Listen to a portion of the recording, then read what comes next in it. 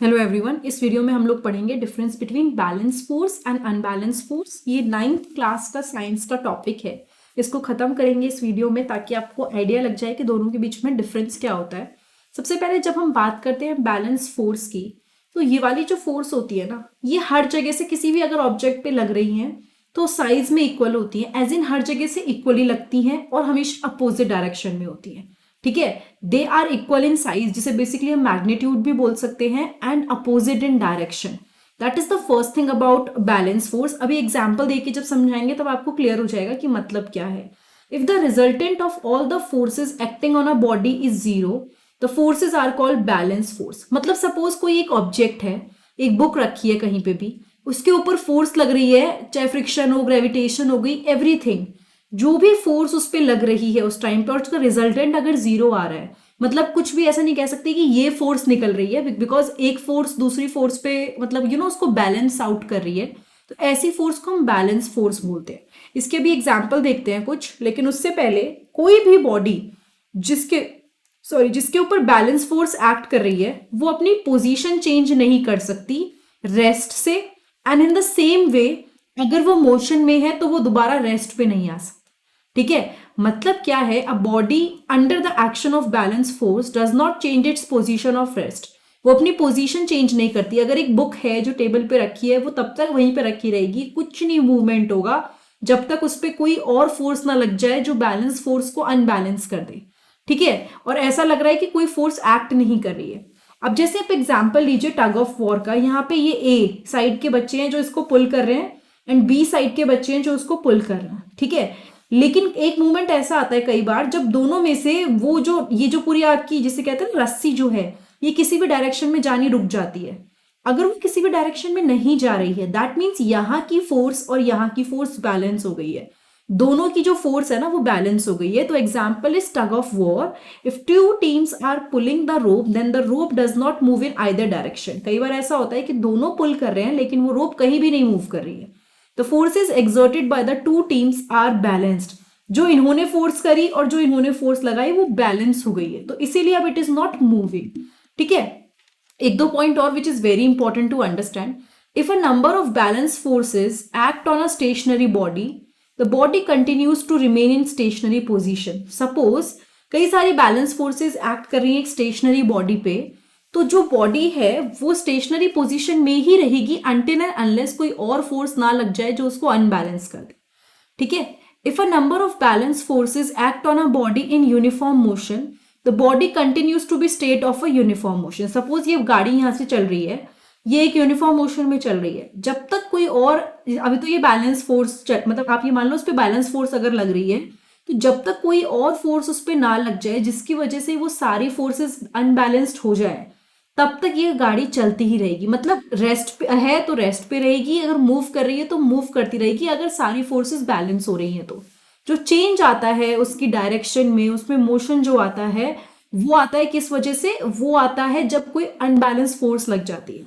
ठीक है, सो इन्होंने क्या बोला, unbalance sorry the balance forces can not produce motion in a stationary body और stop at a moving body. मतलब ना ही वो कोई भी स्टेशनरी बॉडी को मूव कर सकती है, ना ही कोई ऑलरेडी जो बॉडी मूव कर रही है उसको रोक सकती है। Yes, but they can change the shape of the body. अब जैसे यहाँ पे एक बलून का एग्जांपल लीजिए, आप उसको प्रेस करते हो, ठीक है, आपने हल्का सा एक जगह से प्रेस किया, दूसरी जगह से प्रेस किया, तो ये नहीं है कि इसमें बहुत बड़ा कुछ चेंज आ जाएगा, नहीं, लेकिन हाँ थोड़ा बहुत उसकी शेप चेंज कर सकते हो आप उसको प्रेस करके। अब यहाँ पे बैलून में यही दे रखा है, when we press a rubber balloon the shape of the balloon changes because we are applying equal and opposite forces. हम equal and opposite forces apply कर रहे हैं, इसलिए उसकी शेप चेंज हो रही है, but that does not mean कि फाइनली उससे जैसे कहते हैं ना कि ओवरऑल चेंज आ जाएगा। ठीक है, नाउ उसी के साथ हम लोग करते हैं अनबैलेंस फोर्स क्या होता है। ये ना इक्वल नहीं होती साइज में, मतलब कहीं ना कहीं कोई तरफ से तो फोर्स ज्यादा लगेगी और कोई तरफ से कम लगेगी, और यहाँ पे जो रिजल्टेंट आएगा बैलेंस फोर्स के अपोजिट जीरो नहीं आता। If the resultant of all the forces acting on a body is not zero, the forces are called unbalanced forces. ठीक है, मतलब कि जो रिजल्टेंट आया वो जीरो नहीं आया यहाँ पे, तो ऐसी फोर्सेस को हम अनबैलेंस फोर्स बोलते हैं। ठीक है, नाउ अगर हम बोले जैसे यहाँ पे क्या हुआ, टग ऑफ वॉर ही ले लेते हैं एग्जाम्पल, थोड़ा समझना आसान हो जाएगा। टग ऑफ वॉर में क्या हुआ, ये जो पर्सन थे दे फेल अपॉन, मतलब ये गिर गए। ठीक है, अब ये क्यों गिरे टग ऑफ वॉर में? क्योंकि ऑब्वियसली कहीं ना कहीं से फोर्स अनबैलेंस हुई है। जब तक वो बैलेंस मोशन था, मतलब बैलेंस था, दोनों जगह पे क्या था, कोई भी मूव नहीं कर रहा था क्योंकि फोर्सेस बैलेंस थी। लेकिन यहाँ पे क्या हुआ ना, बिल्कुल अनबैलेंस हो गया। Balance forces can change it speed और direction of the motion. Balance forces क्या करती हैं, कैन चेंज इट स्पीड, अपनी स्पीड कर सकती है, डायरेक्शन ऑफ द मोशन। यहाँ पे बैलेंस नहीं, अनबैलेंस होगा। अनबैलेंस फोर्सेस वो अपनी स्पीड भी चेंज कर सकती है, डायरेक्शन भी चेंज कर सकती है। Unbalance force can move a stationary body और can stop a moving body. यानी कि जो हम कह रहे हैं कि अगर स्टेशनरी बॉडी है उसको रोक भी सकती है, मूव की जगह यहाँ स्टॉप लिख सकते हैं, and can stop a moving body. ठीक है, तो दोनों में से यहाँ पे क्या फर्क हुआ कि अगर कोई बॉडी मूव कर रही है तो अनबैलेंस फोर्सेस उसको स्टॉप कर सकती है, और अगर वो ऑलरेडी स्टॉप है तो उसको मूव कर सकती है। अब टेबल है, टेबल पे एक बुक रखी है, सेम एग्जाम्पल। ये बुक तब तक ऐसी रखी रहेगी जब तक कोई फोर्स ना लगे हमारी साइड से, विंड से, कोई और भी फोर्स ऐसी ना लगे, तब तक वो ऐसे ही रखी रहेगी। And that is the difference between both the forces. I think ये आपको क्लियर हो गया होगा।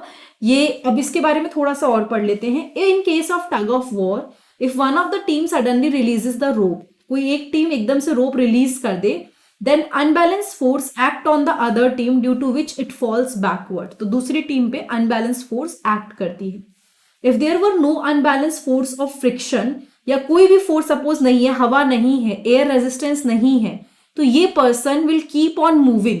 अगर अनबैलेंस फोर्स ना हो तो this person will keep on moving, मतलब हमेशा ही चलते रहेंगे, चलते ही रहेंगे।